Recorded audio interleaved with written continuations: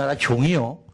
중국종, 일본종과 다릅니다. 뭐 외관도 다르죠. 이렇게. 이건 중국종은 뭐 물결 모양이 있고, 이건 일본종은 좀 직선적으로 되어 있고요. 그런데 결정적으로 다른 게, 이 걸개 옆에 한국종은 파이프가 있습니다. 음관이 있습니다. 그리고 이제 그 절에 가셔서 이 종각을 밑에를 보시면 종 밑이 움푹 파여 있습니다. 보셨습니까? 파여 있습니다. 그래서 파인 데를 음통이라고 그래요. 그리고 이 꼭대기에 있는 파이프를 음관이라고 그래요. 이 음관과 음통은 한국종에만 있습니다. 왜 이런 장치를 한국종이 했느냐 하면은 하늘과 땅과 인간이 하나됨을 나타내는 거예요. 하늘의 소리를 담고 싶은 거예요. 이 파이프는. 음통은 땅의 소리를 담고 싶은 거예요. 치는 것은 사람이 쳐요. 그러면 하늘과 땅과 인간이 합작해서 연주하는 악기입니다. 그러면 이런 장치가 있을 때와 없을 때 소리가 같겠는가? 다릅니다. 이거는 우리 공과대학 교수님이 실험을 해봤어. 파이프가 있을 때, 음통이 있을 때 없을 때 소리가 어떻게 다르냐? 전혀 다르잖아요. 그럼 어떤 이런 장치가 있을 때 소리가 훨씬 더 신비스럽게 나옵니다. 바이브레이션이 훨씬 더 아름답게 나와요. 예. 그래서 한국 종소리는 제가 그 황병기 선생 아시죠? 가야금. 예, 그분한테 들은 얘기인데 음악인들이 모여서 세계 각국의 종소리를 평가하는 모임을 가졌는데 봉독사 신종소리를 듣고서 그 모임이 끝났습니다. 왜 끝나냐? 이제 귀를 베려가지고 이제 다른 소리는 듣기 싫다 이거야. 그래서 끝났다고. 제가 이제 물리대 교수를 할 때 서울대학교 제 맞은편에 프랑스 교수가 살았어요. 있었어요. 프랑스인입니다. 그 양반이 아주 불교에 미쳐 있어. 한국 불교에. 이 양반이 이런 얘기를 해요. 프랑스에서 정신병자 치료하는데 한국 종소리를 이용하고 있습니다. 정신병자 치료하는데 효과가 있대요.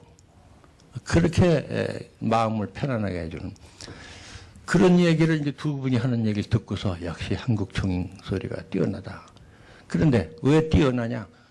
하늘을 담고 땅을 담고 인간이 또 같이 치는 이런 장치 때문에 그런 거예요. 그래서 우리가 동양 문화가 아주 비슷하다고 생각하지만은 깊이 들어가 보면은 전혀 다릅니다. 그리고 우리나라 종에는 이게 비천상이 있거든요. 비천상. 그렇죠? 고려 삼국시대 종 모두가 다 비천상. 하늘로 올라가면서 피리 불고. 이거는 다른 나라의 종에는 없어요. 왜냐? 이게 불교에서도 물론 극락으로 간다는 얘기가 있지만은 하늘나라의 극락세계. 이거는 꼭 불교적인 그 마음은 아니라고 봐요. 예, 이것은 우리 고유한 우리의 사상이에요. 우리는 하늘에서 태어나서 전부 다 하늘로 돌아갔습니다. 그렇기 때문에 비천상이 우리나라에만 있어요. 그 다음에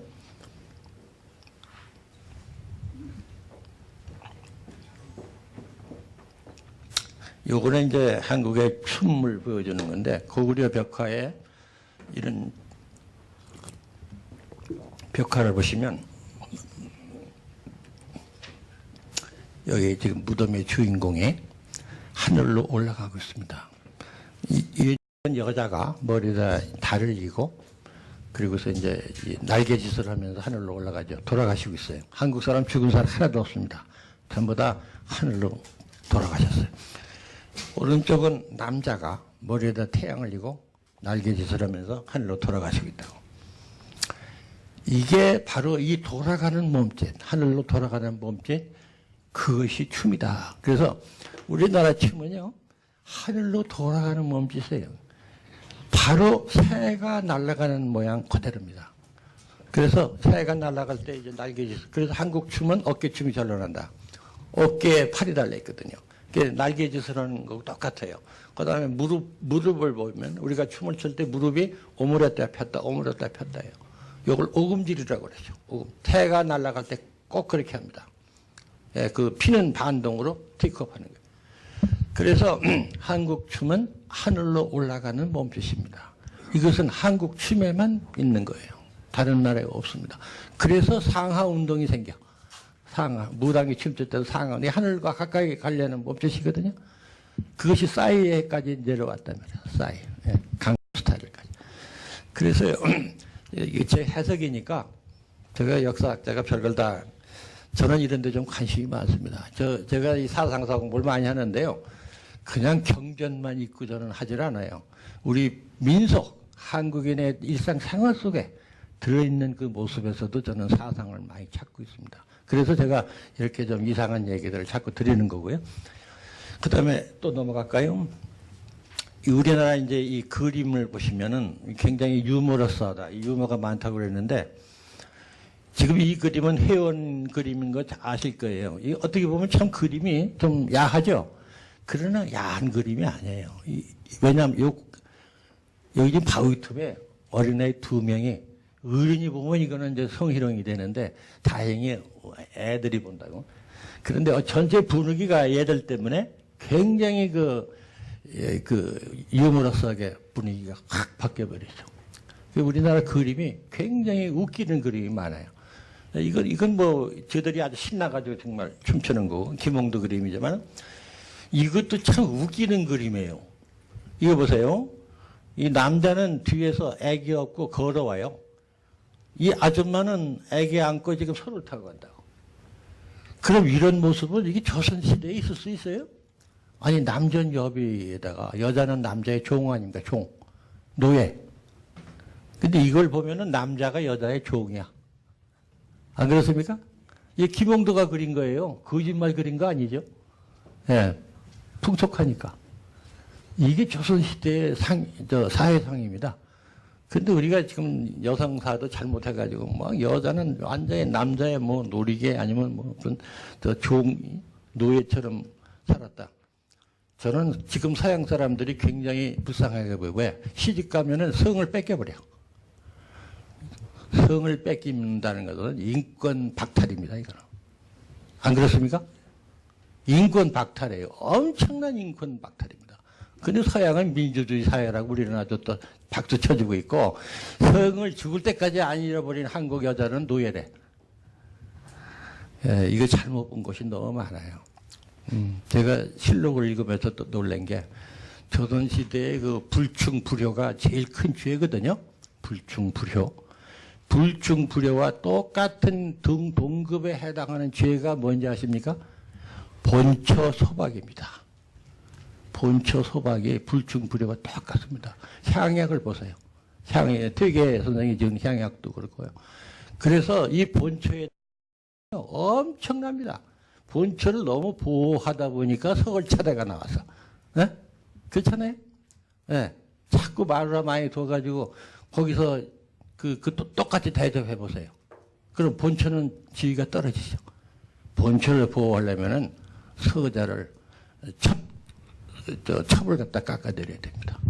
그래서 이런 것도 우리가 이제 기록 가지고 보면 다 나와요. 칠거지약 없어요. 그 새빨간 거짓말이에요. 그런 수학이라는 책이나 있는 거지 실제 칠거지약으로 쫓겨난 사례는 전혀 없습니다. 있으면 저한테 가져와 보세요. 없습니다. 네, 또 삼불거라는 게 있어가지고 다 칠거지약이 다 해석이 안 되는 거예요. 그런데 우리가 너무 이걸 나쁘게 해석해가지고 우리가 잘못 보고 있다. 자, 이것이 조선시대 엄연한 사회상이라는 걸 아셔야 됩니다. 요즘 우리 아이들 같아요. 우리 아이들 보면 부엌에 가서 지가 밥도 해먹고 말이죠. 그런데 조선시대에 이런 일이 있을 수 있느냐 이 말이에요. 네. 이게 현실이다 이 말이죠. 그 다음에 이 홍익정신이 정치로 가면은 공익정치가 된다. 조선시대의 경우를 보면은 이 공익정치의 핵심이 첫째 민본사상, 백성의 나라의 근본이다. 철저해요. 이 민본사상은 대단합니다. 제가 정도전 연구하면서도 참 놀랬고, 세종대왕이나 이런 또 정조대왕 이런 분들 보면요, 요즘 사람보다 훨씬 더 백성들 사랑해요. 예, 저는 비교가 안 된다고 봅니다. 세종대왕이나 정조대왕 같은 분이 그 백성 사랑하는 거 보세요. 여성들에게 세종대왕이 말이죠, 여러 가지 좋은 일 했는데, 여자 관노비 있잖아요. 여자 종, 관청에 소속된 노비가 애를 낳을 때 휴가를 보름밖에 안 줬어요. 세종대왕이 임금이 되고 나서 이건 말도 안 된다. 보름 동안에 어떻게 건강을 회복하느냐? 산후 100일을 줘버립니다. 그 다음에 산전 30일을 줘요. 여기서 끝나지 않아요. 그 마누라를 돌봐줘야 할 남편도 휴가를 줘야 된다. 그래서 여자 종의 남편 그 관노한테도 산후 한 달을 휴가를 줍니다. 이게 세종대왕이에요. 놀랍죠? 후민정음만 만드신 분이 아니에요. 그분이 또 후민정음 만들게 된 그 마음이 이런 데서 출발한 거예요. 이렇게 사람의 이 생명에 대해서 이렇게 신경을 쓰는 분이 없어요. 예. 그래서 우리나라는 정말 철인 정치를 했다. 저는 이렇게 봅니다. 예. 이렇게 정치한 나라가 저는 동서고금에 거의 없다고 봐요. 예. 그래서 민본사상 또 왕실 지도층의 그 의식주 생활이 굉장히 검소해요. 왕궁도 한국처럼 작은 왕궁 가진 나라가 없어요. 다른 나라 다 커요. 왕릉도 우리가 작고, 저 드라마 보시면 이제 의식주가 굉장히 사치스럽거든요. 그거 아주 거짓말입니다. 예? 이 왕이나 왕비는요, 평상복은 아주 거친 무명옷이나 거친 명주옷만 입습니다. 평상시. 그 드라마에서는 뭐 왕비가 말이죠. 뭐 가발 쓰고 동서남북에다가 번쩍거리는 뭐 장식 꽂고 그러고 나오잖아요. 탤런트가 녹화하고 쓰러져 버려요. 무거워서. 머리가 너무 무거워가지고. 근데 우리 할머니들이 그렇게 옛날에 뭐 그렇게 그거 하고 24시간을 살았다고요? 거짓말입니다. 그런 장식은 1년에 한두 번 하는 거예요. 무슨 의식을 치를 때. 근데 드라마에서는 하루 종일 그러고 살아. 먹는 것도 너무 잘 먹고 7첩상 이상 못 먹습니다. 평상시에 7그릇. 저는 매일같이 세보는데 7그릇 더 돼요. 간장, 꽃, 저거까지 합쳐서, 김치까지 합쳐가지고. 예. 7첩상입니다. 이 언론과 소통, 이건 대단하죠. 그 다음에 이제 인재 등용 방법인데, 이편부방 유재시용. 현자를 등용함에 있어서 뭐가 나면 안 돼. 뾰족하면 안 돼. 뾰족한 게 뭐냐면 세 가지가 있어요. 혈연 가지고 인사하는 거. 피부치. 두 번째, 지연 가지고 인사하는 거. 우리 고향 사람 쓰자. 세 번째가 학연 가지고 하는 거예요. 예, 같은 동창생끼리 놀자. 이렇게 인사하는 사람을 쓸 수가 없다. 그걸 초월해야 된다. 그게 뾰족한 거예요. 뾰족하면 나라 망하는 거예요. 그런 인사하면. 유재시용은 오직 재주 있는 사람, 이 사람을 써야 돼요. 이게 이것은 전문성이에요. 앞에 것은 도덕성이 높은 사람, 뒤 것은 전문성이 높은 사람을 쓰자. 여러분들 동의하십니까? 예. 이게 조선시대예요. 조선시대. 예. 이거를 지금 우리가 그렇게 해야죠. 더 잘해야죠. 조선시대보다도. 그래서 이것을 제도화시킨 게 과거제도예요. 제가 과거제도에 대한 책을 금전에 4권을 냈거든요. 15,000명 급제자의 신원조사를 다 했어요. 해가지고 통계를 냈습니다. 정말로 양반 자제들만이 과거에 급제해서 표출했어야 됐느냐는 것을 제가 통계를 가지고 연구했어요. 지금 2권이 나와 있고 2권이 며칠 금년 안에 나옵니다. 4권짜리가 나오는데요. 저도 놀랐어요. 예. 사람 아니 과거에 급제했으면 족보에 올려야 될 거 아니에요. 족보에 없어요. 그리고 그 사람이 시조가 된 사람이 많아. 그 벼슬아치가 나가지고 그때부터 시조가 돼. 그런 등등의 그 신분이 낮은 사람들이 18세기 이후에는 50% 이상이에요. 15세기 국초에도 45 내지 50%. 그리고 17세기 전후한 시대가 턱 떨어져요. 집안 좋은 애들이 한 80% 정도 돼요. 예. 그래서 이렇게 V자형을 이룬다. V자형.